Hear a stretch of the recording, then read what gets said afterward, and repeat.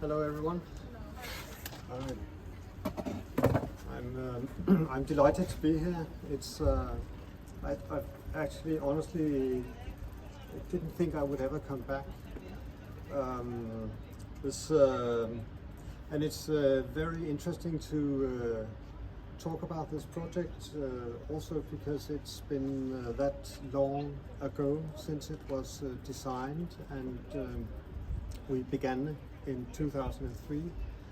And the concepts of cultural heritage from our very, you could say, Northern European point of view, and trying to translate that into a Bahraini context is extremely interesting. So this is basically what this is about, and I'm very happy to take. I'm probably going to miss a lot of interesting points, so I hope you will ask some questions when I'm over with this.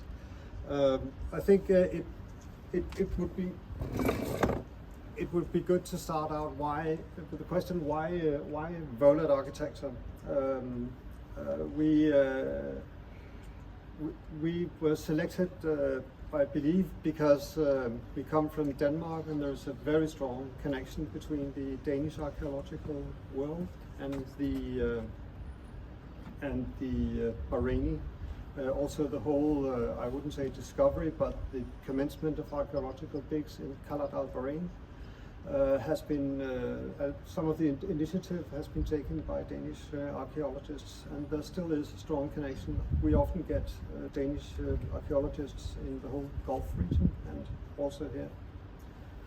And should we try this one? A lot of the reason we were chosen was because of Sheikh Hamid, who you may have heard of, who was quite a figure, or is quite a figure in the antiquities world and culture and destination development in Bahrain.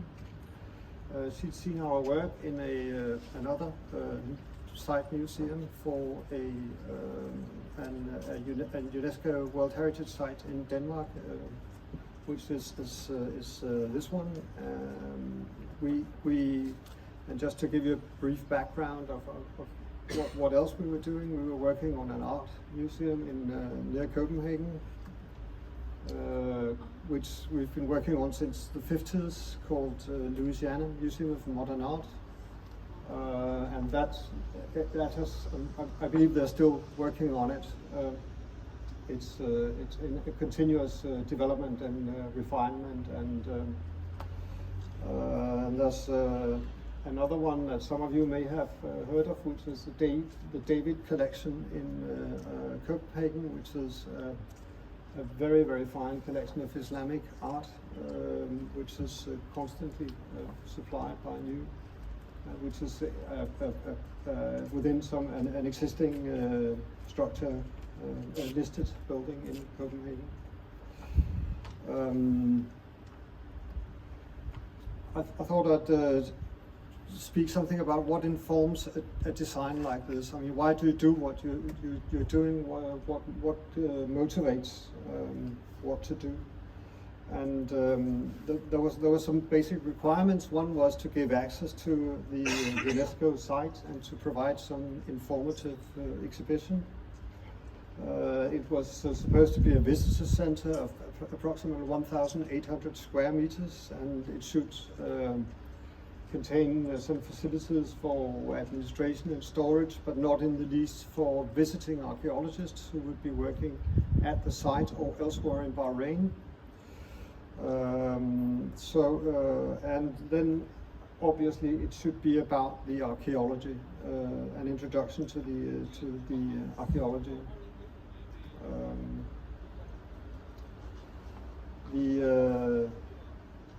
The UNESCO site contains, I mean, it's almost all of this extreme wealth of archaeology in Bahrain,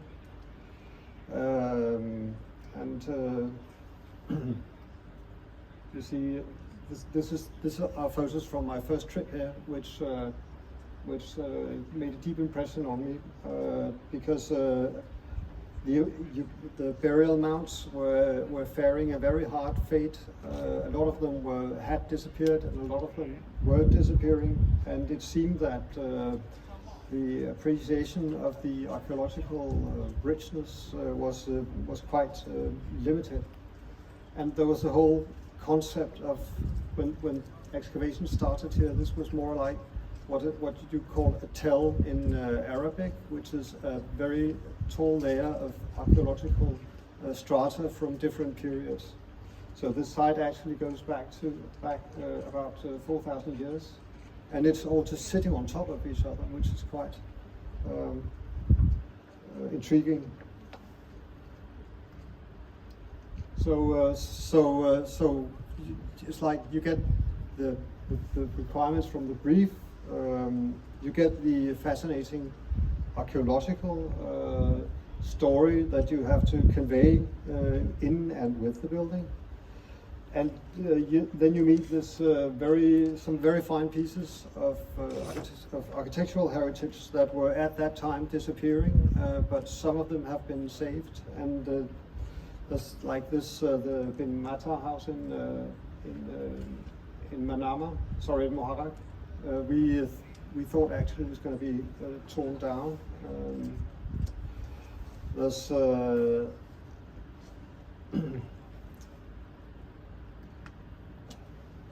there was this whole very characteristic idea of how to build in the Gulf origin.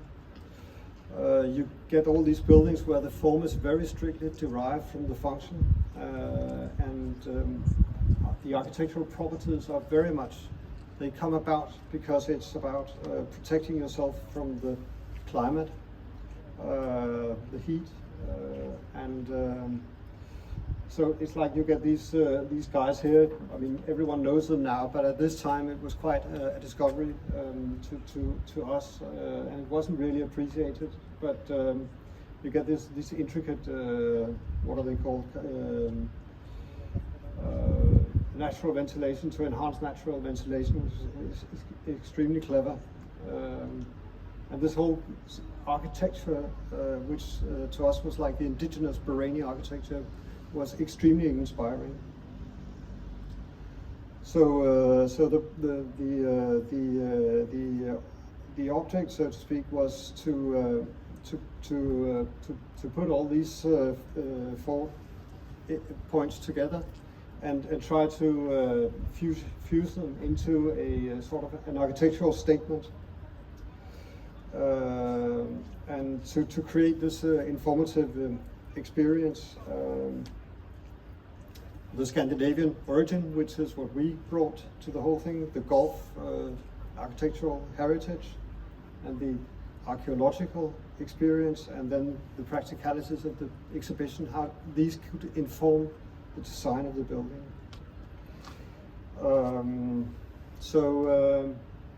We came up with a site plan that was in many ways quite sort of basic.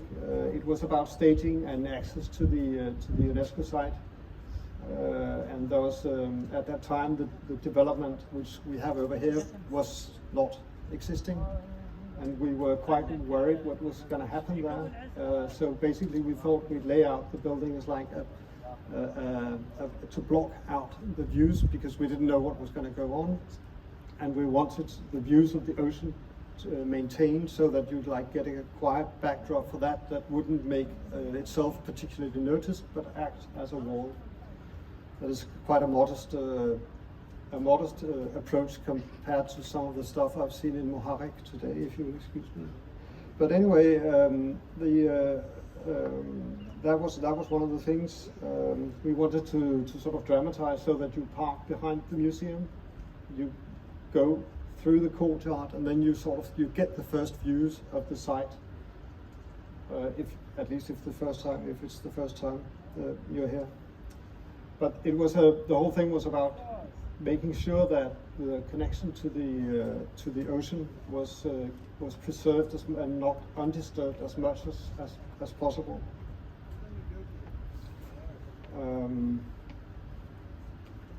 And the way it's laid out is that the museum and the public part is in the long element, and the square one, upper one, is the facilities for the archaeologists and the administration part. And then there's some technical stuff in the building behind.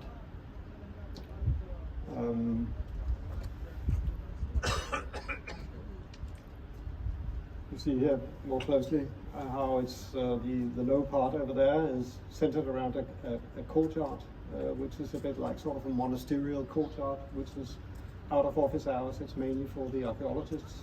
And then you get the long building with the public parts in it. And to focus on the long building, the idea is that you get in, you start in the courtyard. In the beginning it had a tree, now it has a fountain. But anyway, you go in, there's like an introductory area, and then you get 5 levels of museum. And the 5 levels of museum, the point in those is that they follow the development in time of the tell, so that you begin on the lower level of the tell and you rise up as you proceed on a promenade through the exhibition. And the central element is what we call the tell wall, which is basically a representation of the archaeological strata, meaning that if you sort of dig a vertical well, this is the negative, you could say, this is what you would see, so that the different layers and how they appear archaeologically.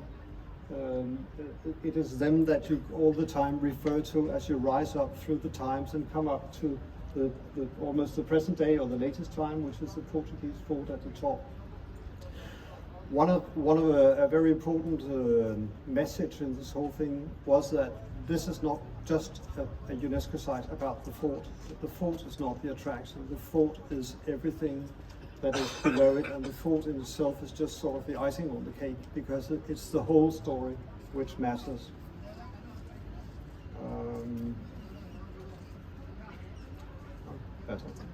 So here you see the tell wall on the section over there. You see that on top of it there's lateral light coming down through slits in the ceiling, and the idea is that they should sort of wash it so that you get the texture of the dirt and grit from the archaeological excavation. You get that inside the building, and it sort of opposes the otherwise quite sleek building. And then with our Scandinavian origin, the whole daylight treatment and how you sculpt daylight is a big issue with us, because opposite here we don't get much daylight, particularly in winter time, so it's very much appreciated.